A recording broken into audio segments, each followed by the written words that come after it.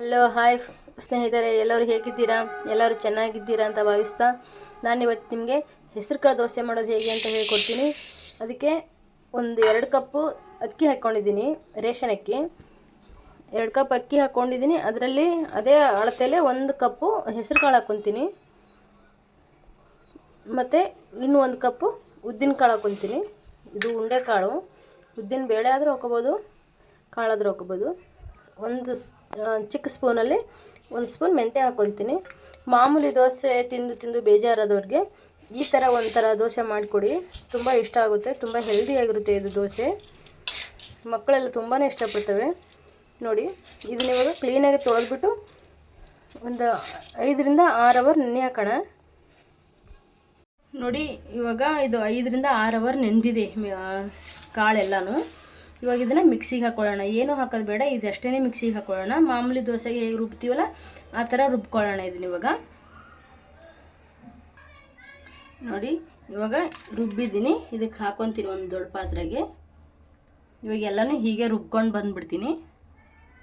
ಇವಾಗ ನೋಡಿ ಫ್ರೆಂಡ್ಸ್, ಎಲ್ಲ ನೀಟಾಗಿ ರುಬ್ಬಿ ಹಾಕಿದ್ದೀನಿ ಇದಕ್ಕೆ. ಇವಾಗ ಈ ಥರ ಕಂಟೆಸ್ಟೆಂಟಲ್ಲಿದೆ. ಇದು ಸ್ವಲ್ಪ ಗಟ್ಟಿಯಾಗಿದೆ, ಇನ್ನೊಂದು ಚೂರು ನೀರು ಹಾಕ್ಕೊಳ್ಳೋಣ ಇದಕ್ಕೆ. ಇಷ್ಟೊಂದು ಗಟ್ಟಿ ಇದ್ರೇನು ಚೆನ್ನಾಗಿ ಬರೋಲ್ಲ. ಮಾಮೂಲಿ ದೋಸೆಗೆ ಹೇಗೆ ರುಬ್ತೀವಲ್ಲ ಆ ಥರ ರುಬ್ಕೋಬೇಕು. ಸ್ವಲ್ಪ ಗಟ್ಟಿಯಾಗಿದೆ ಇದು ನಂದು. ಒಂಚೂರು ನೀರು ಹಾಕ್ಕೊತೀನಿ ಇವಾಗ. ನೋಡಿ ಫ್ರೆಂಡ್ಸ್, ಇವಾಗ ರುಬ್ಬಿದ್ದೀನಲ್ಲ, ಇವಾಗ ಈ ಥರ ಕಂಟೆಸ್ಟೆಂಟಲ್ಲಿ ಬಂದಿದೆ. ಇವಾಗ ನೋಡಿ, ಈ ಥರ ಬರಬೇಕು. ಈ ಥರ ಬಂದರೆ ದೋಸೆ ಸೂಪರಾಗಿ ಬರುತ್ತೆ. ಮಕ್ಕಳುಗಳೇನಾದರೂ ವೀಕ್ ಆಗಿದ್ದರೆ ಈ ಥರ ದೋಸೆ ಒಂದು ಸಲ ಮಾಡಿಕೊಡಿ ನೀವು. ಮಕ್ಕಳುಗಳು ಇನ್ನೂ ಕೇಳ್ತಾರೆ. ತುಂಬ ಇಷ್ಟ ಆಗುತ್ತೆ ಇದು ದೋಸೆ ಮಕ್ಕಳಿಗೆಲ್ಲ. ಹೆಸರು ಕಾಳು ಹಾಕಿರೋದ್ರಿಂದ ತುಂಬ ಎನರ್ಜಿಯಾಗಿರುತ್ತೆ, ತುಂಬಾ ಇಷ್ಟ ಆಗುತ್ತೆ. ಸ್ವಲ್ಪ ಗ್ರೀನ್ ಕಲರ್ ಆಗಿರ್ತದೆ ದೋಸೆ, ಆದರೆ ಟೇಸ್ಟ್ ಅಂತೂ ಸೂಪರಾಗಿ ಬರುತ್ತೆ.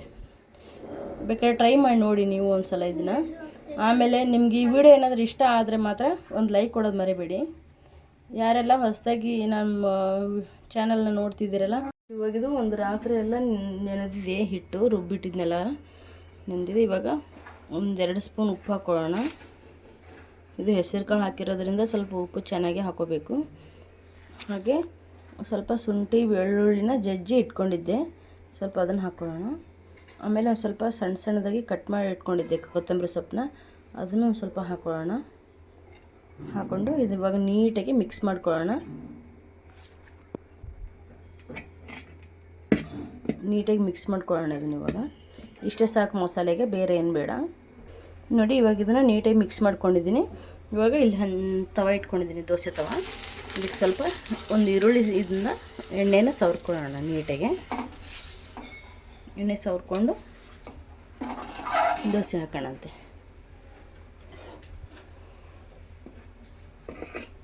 ನೋಡಿ, ನಾನು ಬಟ್ಲಲ್ಲೇ ಹಾಕೋದು ಚೆನ್ನಾಗಿ ಬರುತ್ತೆ ಅಂತ. ಹೀಗೆ ತುಂಬ ಚೆನ್ನಾಗಿ ಬರುತ್ತೆ. ಇವಾಗ ಒಂದು ಸ್ವಲ್ಪ ಎಣ್ಣೆ ಹಾಕೊಳ್ಳೋಣ ಮೇಲ್ಗಡೆ.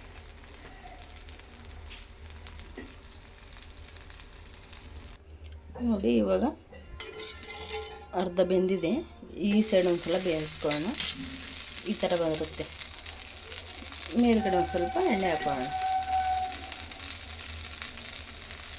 ತುಂಬ ಚೆನ್ನಾಗಿ ಬರುತ್ತೆ ಟೇಸ್ಟ್ ಅಂತೂ. ಇದಕ್ಕೆ ಶುಂಠಿ, ಹಸಿಮೆಣಸಿನ್ಕಾಯಿ ಜಜ್ಜಿ ಹಾಕಿದ್ದೀನಿ, ಹಾಗಾಗಿ ಟೇಸ್ಟು ಫ್ಲೇವರ್ ಸೂಪರಾಗಿ ಬರುತ್ತೆ. ಒಂದ್ಸಲ ಈ ರೆಸಿಪಿನ ನೀವು ಟ್ರೈ ಮಾಡಿ. ವಿಡಿಯೋ ಇಷ್ಟ ಆದರೆ ಒಂದು ಲೈಕ್ ಕೊಡಿ. ಸಾಕು, ಒಂದು ಸೈಡು ಇಷ್ಟು ಬೆಂದರೆ ಸಾಕಾಗುತ್ತೆ.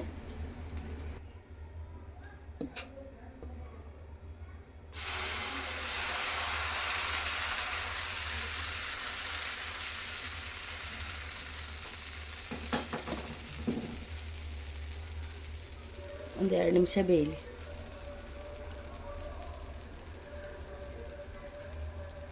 ಮಸಾಲೆ ಎಲ್ಲ ಹಾಕಿರೋದ್ರಿಂದ ಟೇಸ್ಟ್ ಸೂಪರಾಗಿ ಬರುತ್ತೆ. ನೋಡಿ, ಬೆಂದಿದೆ. ಇವಾಗ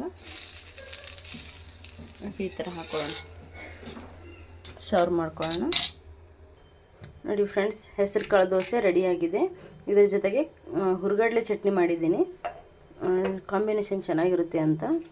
ನೋಡಿ, ಹೀಗೆ ಬಂದಿದೆ ದೋಸೆ. ಅಂತ ಸಾಫ್ಟಾಗಿದೆ, ಚೆನ್ನಾಗಿದೆ. ನೋಡಿ, ಒಂದು ಸಲ ಈ ರೆಸಿಪಿನ ನೀವು ಟ್ರೈ ಮಾಡಿ ನೋಡಿ. Thank you.